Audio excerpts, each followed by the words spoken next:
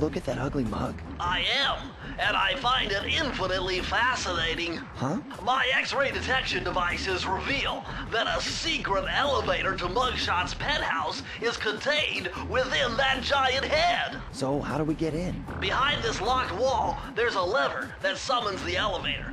But you need all 7 keys to open it up. I'm on it.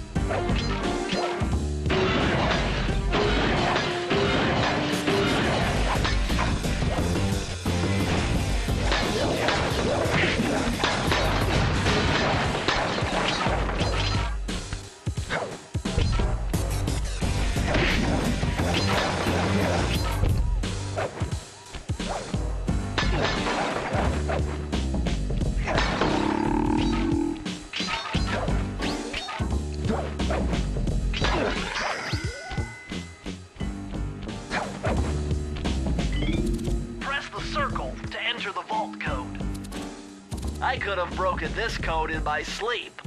The combination is 565.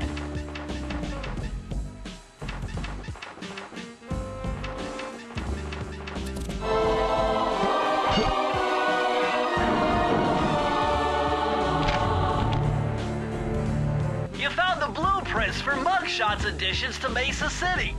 With these files, I'll be able to help you find all his clues and breakables. Just look through your binocucom to get the information.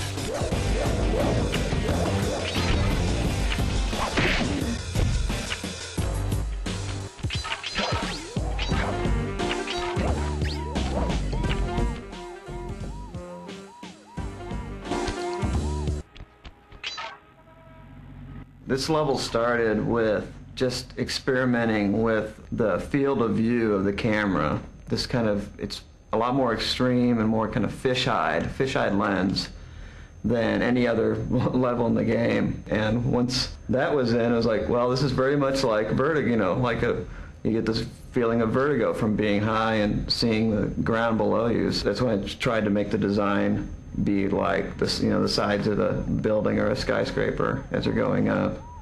To and we ended help up motivate that. Yeah, we ended up doing it on the inside, kind of the hotel, sort of in a kind of an atrium or a courtyard in theory. We invented these bouncers. This was actually the first place in the game that we had used, in this case an awning, but anything that would bounce Sly upwards, and really started to tune and play with that gameplay about, you know, how high should they each bounce and what's the right amount to give the player control while he's in the air. And really the combination, I think, of the unique camera angles and a huge amount of bouncing on things and jumping up and down on things really kind of defines the concept for this level.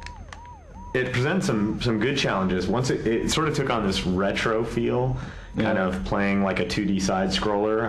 Our producers at Sony even, you know, kind of took us to task once or twice about how retro that felt. But the retro feel also had a big impact on the kinds of NPCs we could use in this level. Oh, definitely. Because you needed an NPC that could work well in a really confined space. And in fact, the original design for the ball and chain NPC had him swinging the ball in the wrong hand for this level, and we had to change him so that he would be comfortable with his right side up against walls. From a secondary standpoint, I thought that the introduction of the air conditioners was a good idea because it was this sort of skill element that required you to pay attention. And right.